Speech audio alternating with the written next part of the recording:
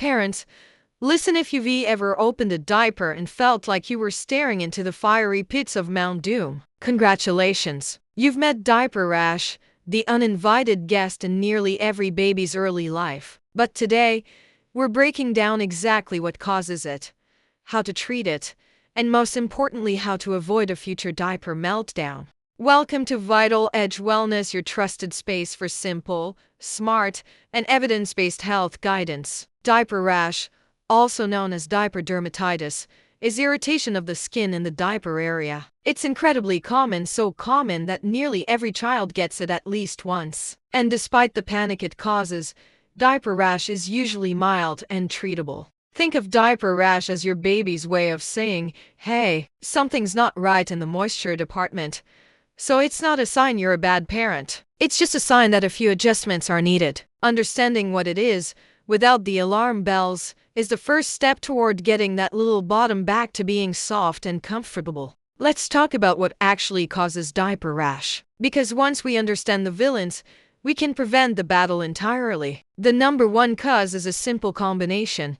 Moisture plus friction equals skin irritation. This happens from long periods in a wet or soiled diaper, that sensitive baby skin rubbing against the diaper material, and heat being trapped inside. One mom shared that she changed her baby constantly, but during a long car ride, boom, rash. Sometimes all it takes is a little trapped moisture and a bit of friction. Another common culprit is yeast or bacterial irritation. When diapers stay moist for too long, yeast loves to party. Candida infections, which are a type of yeast infection, often show up as beefy red patches with small bumps around the edges. This looks a little different from a simple irritation rash and often needs a specific antifungal treatment. Finally, sometimes the cause is a brand new product. New wipes, a different brand of scented diapers, a change in laundry detergent, or a new lotion can all trigger a reaction.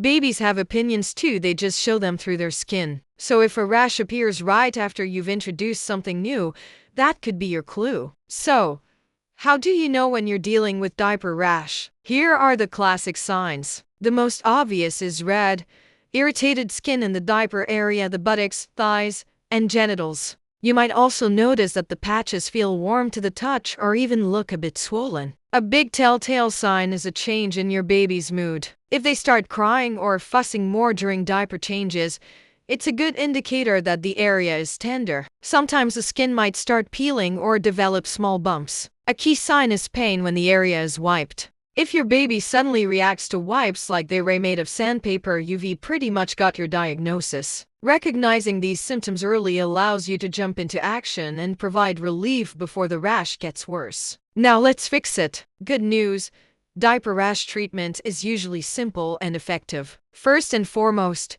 keep the area dry. This is the golden rule. Change diapers frequently, sometimes as often as every 2 hours during a flare-up. When you clean the area, use a soft cloth and warm water, and gently pat the skin dry. No rubbing. Rubbing can make the irritation much worse. Second, use a zinc oxide diaper cream. Zinc oxide creates a protective barrier between your baby's skin and moisture. Think of it like a shield. Apply a thick layer, don't be shy. You want it to look like you're frosting a cake. This barrier will protect the healing skin from further contact with wetness and irritants. Third, give your baby some diaper-free time. Let the baby air out for about 5 to 15 minutes after every change. This is one of the most effective ways to help the skin heal. Yes, there may be surprises. So just lay down a towel, put your baby on their tummy, and pray to the laundry gods. It's worth the risk for the healing benefits. Fourth, avoid scented products during a flare-up.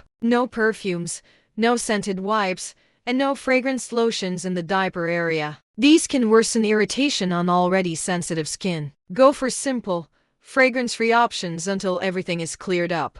Finally, it's important to know when to call a doctor. If the rash lasts for more than 2 or 3 days despite your best efforts, if the skin appears broken, blistered, or has open sores, or if your baby develops a fever, it's time to seek medical care. Also, if you suspect a yeast infection, that beefy red rash with satellite bumps, your doctor can prescribe an antifungal cream to clear it up.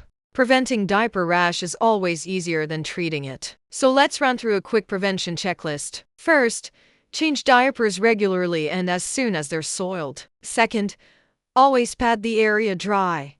Don't rub. Third, use a barrier cream proactively, especially before bedtime or long trips when changes might be less frequent. A thin layer can go a long way in prevention. Fourth, consider choosing breathable, chemical-free diapers if your baby has sensitive skin. Fifth, when cleaning, stick to gentle methods like warm water and a soft cloth whenever possible. And sixth, try to incorporate some daily air drying time into your routine. In some cultures, babies spend significant time diaper-free each day, and diaper rash rates are surprisingly lower. Sometimes tradition has science behind it. Diaper rash can be frustrating, but with the right care, it clears quickly and comfort comes back fast. Remember, it's a super common part of babyhood, and you're now equipped with the knowledge to handle it like a pro. If this video helped you, drop a comment below.